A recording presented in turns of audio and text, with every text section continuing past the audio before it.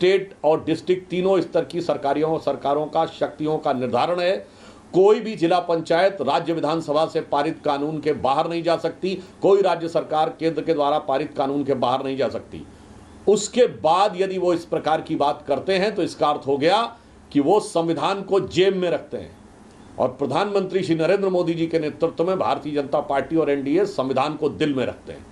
तो ये मुकाबला संविधान को अपनी जेब में रखने वाले लोग और संविधान को अपने हृदय में रखने वाले लोगों के बीच में है।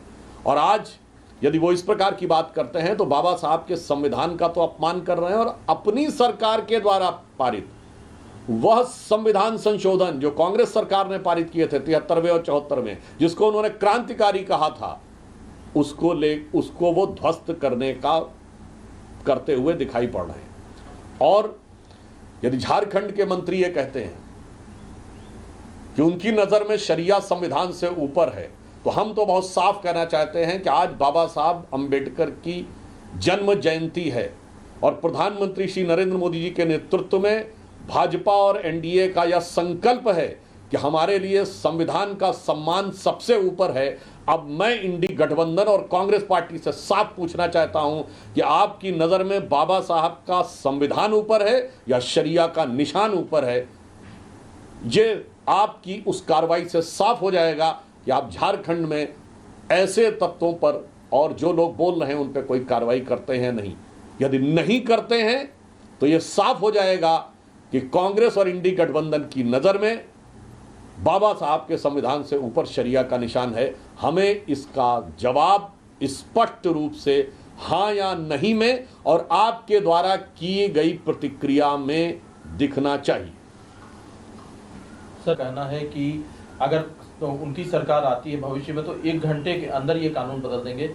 खड़गे साहब कहते हैं कि बीजेपी की तरफ इशारा करके कि ये लोग संविधान के और बाबा साहब के दुश्मन हैं। इस तरह की बातें कांग्रेस की तरफ से आ रही हैं। देखिए, बाबा साहब के उनके जीवन काल में कौन दुश्मन था, ये बात अनेक तथ्यों में और साहित्यों में भरी पड़ी है।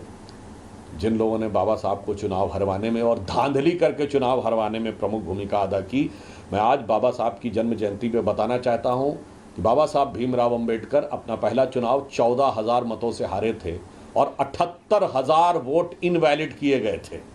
3 जनवरी 1952 को उनका चुनाव हुआ था।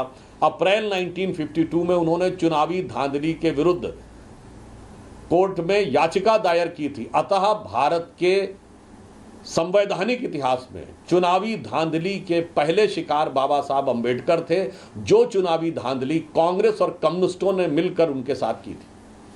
अब इमरान मसूद ने जो बोला है यह दर्शाता है ये कांग्रेस पार्टी संविधान को अपनी जेब में रखती है।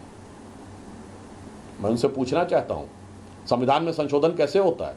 1 घंटे के अंदर होता है। हमने तो पूरी प्रक्रिया पूरी की। पहले हम पिछले साल के मानसून सत्र में इस विधेयक को लाए, फिर संयुक्त संसदीय समिति में गया, उसके बाद महीनों तक विचार विमर्श हुआ, अनेकानेक बैठकें हुई, 25 से अधिक राज्यों और वक्फ बोर्डों से विचार विमर्श हुआ। अनेक जगहों पे जाकर फिजिकली उन्होंने जेपीसी ने जगदम्बिका पाल जी के नेतृत्व में डाटा एकत्र किया। 92 लाख लगभग फीडबैक्स लिए गए।